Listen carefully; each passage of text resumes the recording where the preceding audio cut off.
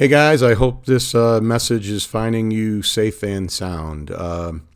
Well, today I wanted to push out a little bit of a shorter recording in various social media spots, which is where you're seeing this.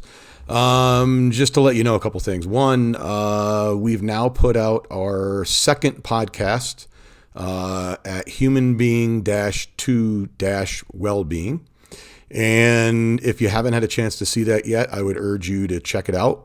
You can find it via Apple Podcast and Stitcher. And boy, if you just do a search, I guess it's starting to pop up out there, which is exciting. In the first several, it's just me talking, doing a little bit of a monologue.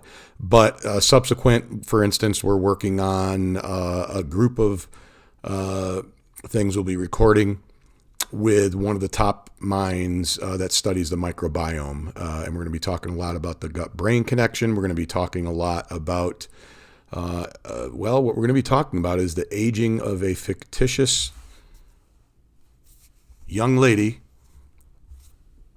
in utero all the way up to childbearing years. And we're going to talk about the onset of asymptomatic conditions, subclinical conditions, that are rooted in the destruction of the microbiome, all the way from mom being inside mom, all the way up to now, as we complete the cycle, giving birth to another baby, and talk about what we can do and what is being affected by that. So I digress.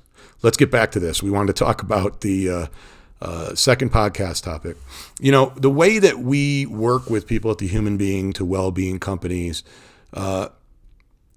Yes, we guide people through No More Diet on perhaps what they should eat and when they should eat and what you should do from an exercise standpoint, what you need to do to get your mindset correct and what you need to do to manage your environment better. And we teach a lot of skill sets around that.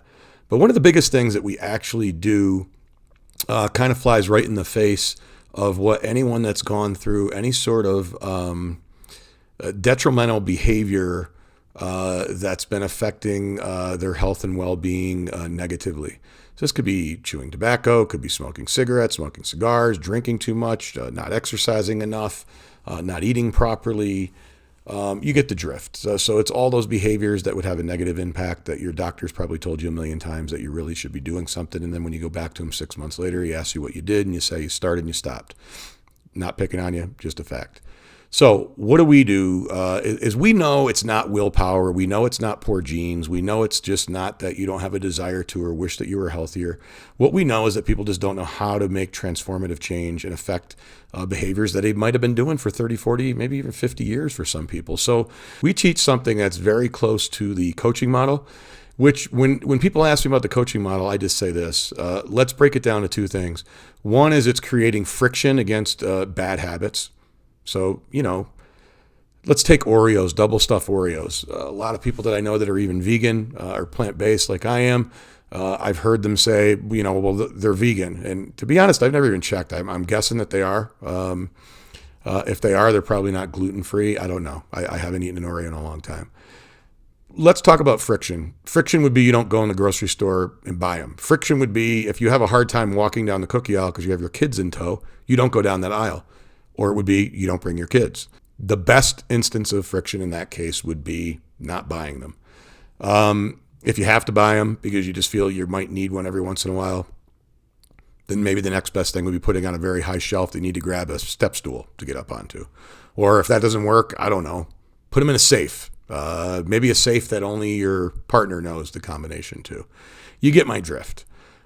Creating ease. Creating ease would be having healthier alternatives. I mean, I know this is going to sound weird to some of you, but for instance, everyone, even people that are pretty disciplined from a nutritional standpoint, gets a sweet tooth or a hankering for chocolate from time to time.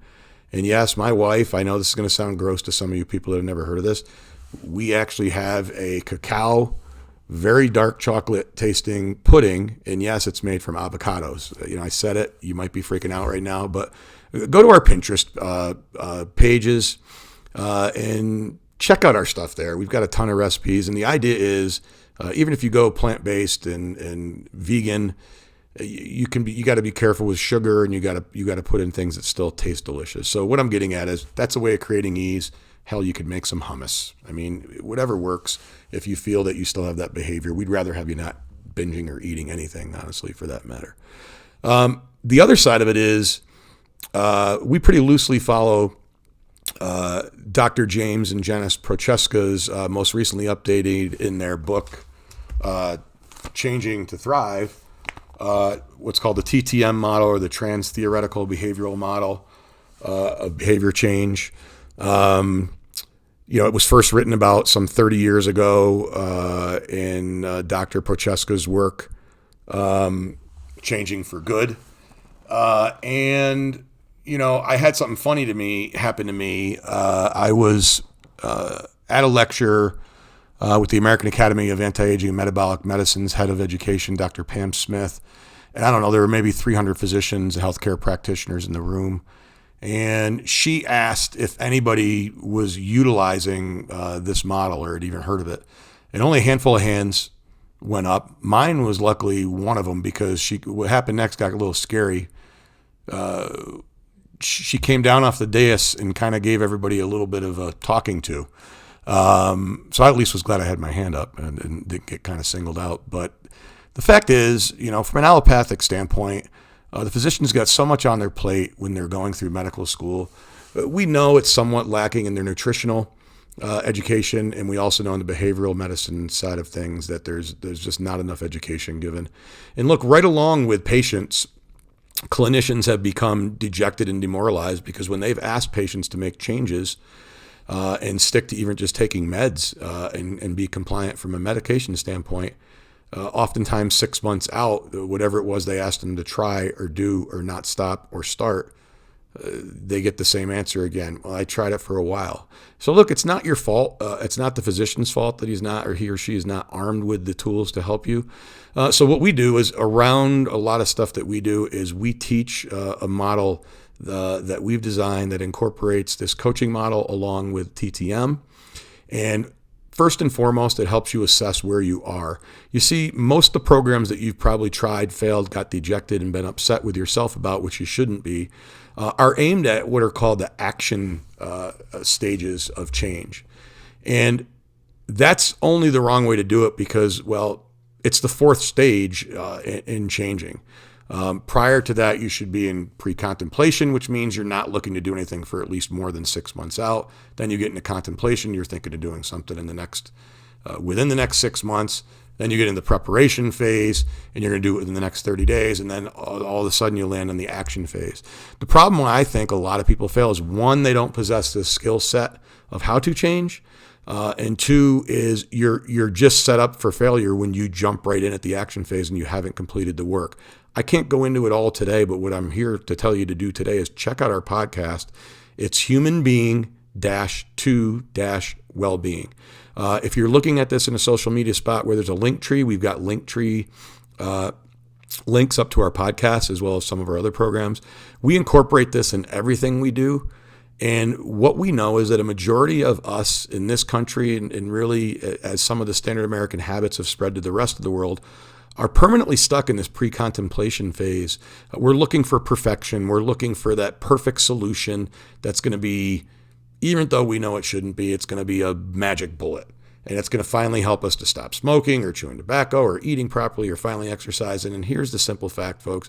There isn't a magic bullet. You just have to learn this skill set. But once you learn it, you're going to know where you are, what stage that you're in, and you're going to know the steps and things that you need to take to most actively move you along. And we look at it as kind of an incremental shift in behavior that the onus isn't put so much on running 1.5 miles or losing 15 pounds or doing whatever it is that you're trying to do to cut down with, let's say, alcohol or smoking cessation.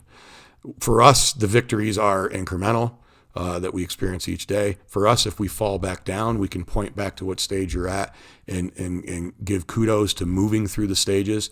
And what we know is over time, this is just absolutely the best way from a scientific standpoint, proven to help you have success and finally beat whatever demon it is that's been threatening your health and well-being. So give it a listen to. Hopefully you'll learn something.